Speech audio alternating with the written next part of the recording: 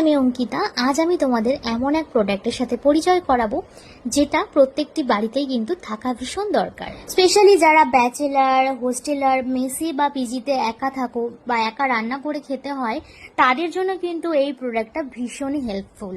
So আমি এখন unboxing করতে চলেছি Agaro regency multi cook kettle with steamer.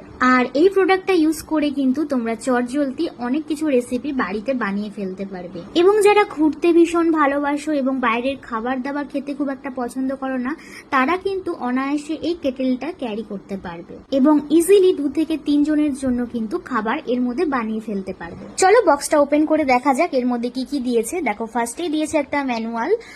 ম্যানুয়ালের মধ্যে কিন্তু লেখা আছে কিভাবে এটা ইউজ করতে হবে। আর হ্যাঁ, এই মাল্টি কেটেলটা কিন্তু 1.2 লিটারের। তোমরা চাইলে এটার মধ্যে চা থেকে শুরু করে ভাত, ম্যাগি, ডিম সেদ্ধ, কেক বেকিং, মোমো আরো অনেক কিছু খুব সহজে কিন্তু রান্না করে নিতে পারবে। চলো দেখে নি প্রোডাক্টের মধ্যে এখানে কি কি কন্টেন্ট দিয়েছে। প্রথমে দিয়েছে একটা ট্রান্সপারেন্ট গ্লাস, যেটার সাহায্যে ভেতরে কতটা কুক হচ্ছে সেটা তোমরা ইজিলি উপর থেকে কিন্তু দেখে নিতে পারবে। এরপর দিয়েছে একটা প্লাস্টিক বোল, যেটার সাহায্যে বেকিং করা যেতে পারে, যেমন কেক আরো অনেক কিছু কিন্তু বেক করা যেতে পারে। তারপর আছে একটা স্টেনলেস স্টিল স্টিমিং পট, যেটার সাহায্যে যে কোনো ভেজিটেবলস, মোমো আরো অনেক কিছু স্টিম করে নেওয়া যেতে পারে। তারপর দিয়েছে একটা এগ বয়লিং র্যাক, একটা প্লাস্টিক বোল, আর দিয়েছে 360 ডিগ্রি পাওয়ার বেস। এটাতে কিন্তু 600 ওয়াটেজের পাওয়ার দেয়। সাথে কিন্তু তোমরা পেয়ে যাবে ভেরিয়েবল টেম্পারেচার কন্ট্রোল।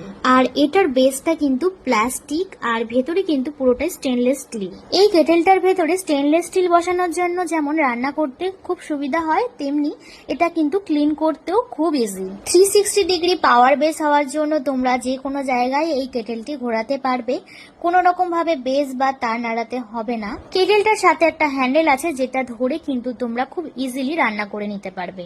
আর এই কেটেলটা কিন্তু আমি অ্যামাজন থেকে পারচেস করেছি। তোমরা যদি নিতে চাও তাহলে কমেন্ট বক্সে লিংক লেখো, অবশ্যই কিন্তু আমি লিংক দিয়ে দেবো। আর এটা কিন্তু 2 ইয়ার্সের ওয়ারেন্টি আছে। 360 ডিগ্রি পাওয়ার বেসের জন্য এই কেটেলটা কিন্তু যে কোনো জায়গায় তোমরা নিয়ে গিয়ে রান্না করতে পারো। তো চলো এখন কেটেলটা চেক করে দেখা যাক কেমন কাজ করে। কেটেলটা চেক করার জন্য আমি আজকে এখানে এগ বয়েল করে দেখাবো। এগ বয়েল করার জন্য এখানে এগ বয়েলিং র্যাকটা নিয়েছি, তার উপরে কিন্তু 2টো ডিম দিয়ে আর পরিমাণ মতো জল দিয়ে দিয়েছি। আর জলটা কিন্তু ডিমের নিচ পর্যন্ত থাকবে। এবারে আমি টেম্পারেচারটা হাই করে 10 মিনিটের জন্য বয়েল হতে দেবো। তোমরা চাইলে টেম্পারেচারটা লো রাখতে পারো, সেক্ষেত্রে টাইমিংটা একটু বেশি লাগতে পারে। আমি যেহেতু তাড়াতাড়ি করার চেষ্টা করছি, সেই জন্য এখানে টেম্পারেচারটা হাই করে 10 মিনিটের জন্য বয়েল হতে দিয়েছিলাম।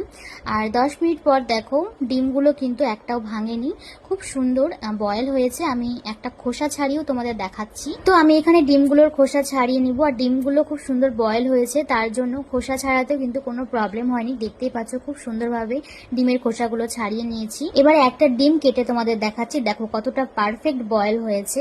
তো দেখতেই পেলে প্রোডাক্টটা ইউজ করা কতটা ইজি।